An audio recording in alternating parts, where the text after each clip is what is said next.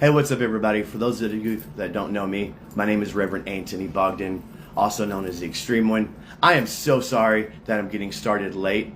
I literally just preached this entire sermon and did not realize I had not hit the go live button yet. So I'm not the most technically savvy person. That's why people that do a lot of my technical stuff for me. But like I advertised, the title of this message is The Love of Law versus the Law of Love. And like I said on my personal Facebook page, this is going to be one of the most controversial and at times in-your-face sermons that I think I've quite possibly ever done.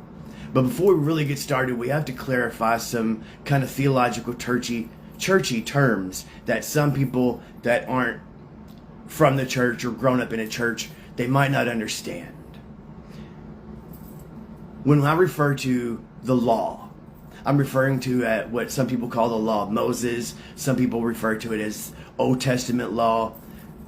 There's different ways of phrasing it, but basically what it is the 600 plus laws that God gave his people in the Old Testament. And the reason for him doing this was when sin first entered the world, it caused this rift, this division between God and his creation, his people. You see, before sin, God would walk through the Garden of Eden with Adam and Eve. And the Bible talks about how God came to the garden when they first sinned and they were hiding from him.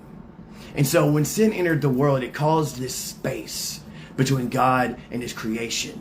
So God implemented these 613 laws that his people were supposed to follow. It was never intended to be a permanent fix. It was never meant to be an actual solution. Think of it as kind of a bridge between God and his people until Jesus came and fixed the problem, fixed what we'd done wrong in the first place. The law was there to kind of bridge that space until Jesus was able to permanently repair the damage that we had done. And so if you grow up in churches or you grow up around anybody that spends time in churches, you might hear the phrase being used, we're not bound by Old Testament law. And growing up in churches, the family that raised me had a Southern gospel group, so I literally grew up my entire life in churches. A lot of times I was in church more times than the pastors were. So growing up in church and always hearing this phrase, we're not bound by Old Testament law, something never really set right with me. And God really kind of started laying in my heart here lately, and I started really researching and looking into this. Because what troubled me was, we focus so much on teaching these 10 commandments in our churches, and we act like it is such holy rules that we have to follow. But the 10 commandments are part of those 613 laws in the Old Testament. And in Galatians 3:24-25, the Apostle Paul says, let me put it another way. The law was our guardian until Christ came. It protected us until we could be made right with God through faith. Now that the way of faith has come, we no longer need the law as our guardian. And so Paul comes right out and says, we're not bound by Old Testament law. So if we're not bound by Old Testament law, and if the 10 Commandments do not apply to us, there has to be some kind of rule system, something that we have to follow. There's got to be something in place there. Luckily, there is. You see, whenever Jesus died, like I said, the law was no longer needed. Jesus bought us. He paid for our sins. He purchased us with his blood. We became his. And when we became his, we started being bound by his law. And the Apostle Paul actually goes on in chapter 2 of Galatians, or chapter 6, verse 2. He says, share with each other's burdens, and in this way, obey the law of Christ. So the law of Christ isn't some kind of theological fancy term we've made up. It is something that is in the Bible. And so I started looking even deeper, because what is the law of Christ? You know, because if there were 613 rules before, and Jesus comes along, and he really hammers home love, there has to be something there, some kind of way of knowing what it is that we have to do if we're going to follow Jesus. Matthew chapter 22, verse 37 through 40. And I am so sorry, I don't usually use this many scriptures. But Jesus replied, and this is where the Pharisees are trying to trip up Jesus. And they come to him and they ask him, like, you know, teacher, what is the greatest commandment of all? And they're trying to trip him up here. But Jesus replied, you must love the Lord your God with all your mind. This is the first and greatest commandment. A second is equally important. Love your neighbor as yourself. The entire law and all the demands of the prophets are based on these two commandments. And Jesus stops there. He names two commandments, and then he stops. And he says that the entire law that is summarized in these two commandments, that everything that the prophets have demanded are summarized and fulfilled with these two commandments. So you see, when Jesus died and he bought us, we were set free from Old Testament law. That means that the rules, the stipulations, the regulations, all those things do not apply to us. We belong to Jesus. So when we start following Jesus, when we start walking with him, we are supposed to start following the law of Christ, which is simple: love God and love people. You see, if we learn to love God and love people, then all of the things that we worry about in churches, as far as theft, as far as adultery, as far as murder, lying, all of these things that are wrong against God and wrong against other people, are no longer a factor. Because if we're living our lives loving God and loving people, we won't do those things to God or to people. Like Jesus said, everything is summarized in those two things. And that is why Jesus was constantly going at it with the Pharisees and with these religious leaders. And he was constantly trying to get them to see their focus was on the wrong thing.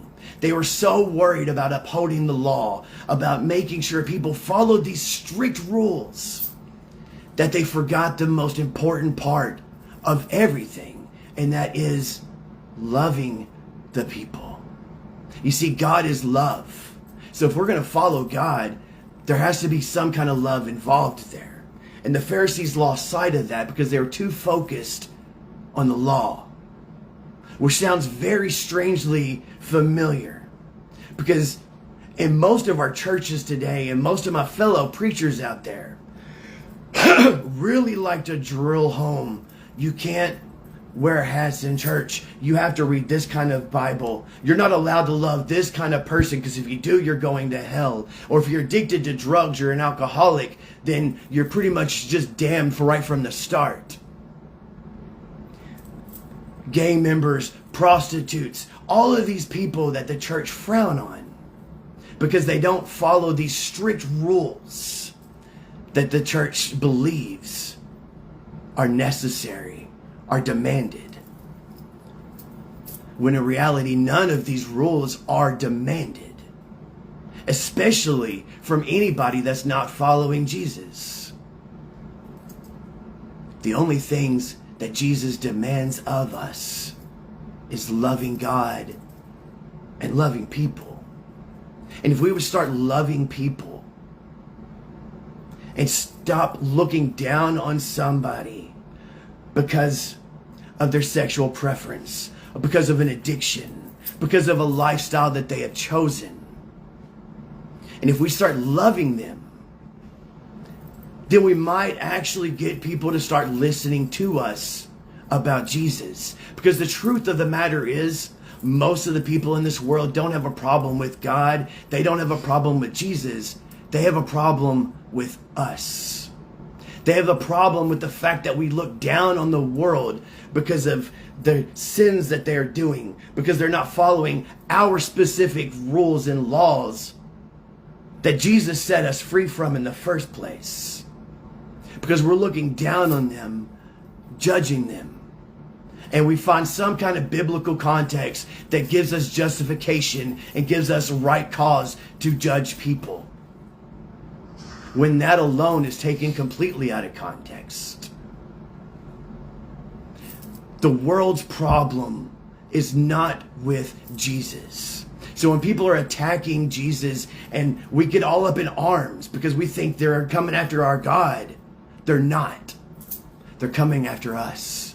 And most of the time they have a just reason to do it. Because 90% of our churches out there, majority of our preachers out there today, are preaching heretic sermons, teaching sacrilegious laws, and going against the very teachings of Jesus Christ. Because we want to be more focused and more concerned with upholding a law than we are loving people. And I am sorry, but as for me and Extreme Fire Ministries, we will not push away anybody for the way they look, who they love, the way they live their life, or anything they've done. Somebody from a controversial lifestyle will always be welcome, far before a heretic Christian ever will be. Because that's what Jesus taught us to do. Love people. If we would just stop focusing and loving the law and start following the law of love, the law of Christ, we would see change in this world. We'd see people stop bashing Christians and stop bashing churches. We'd see people actually listening to us. Because the funny thing is, myself personally, and a lot of people I know, a lot of ministers have no problem talking to the people that a lot of churches say can't be reached. Because we approach them with love. We don't judge them. Love is the key ingredient to following Christ. At the end of the day, the law that we are to follow is love, not judgment, not discrimination, not hating people, not exiling them, not pushing them away. Love is the one thing that Jesus demanded of us. And actually, even farther on in the Bible, Jesus says that he's giving a new commandment: love others as he has loved us. Which takes loving people to a whole new level. Because that means you're going to love somebody that hates you enough to the point that you're willing to give your life for that person. That's the kind of love that Jesus demands. And until we start learning to show that kind of love to the world, then I'm sorry, we're going to keep seeing church numbers drop. We're going to keep seeing people come at us. And people are going to keep ignoring us. Stop focusing so much on trivial rules and laws that don't matter. And just focus on love. Because at the end of the day, it's just life. Stop taking it so seriously. Stop focusing on little things. And live it with love. Until next time, guys, be blessed.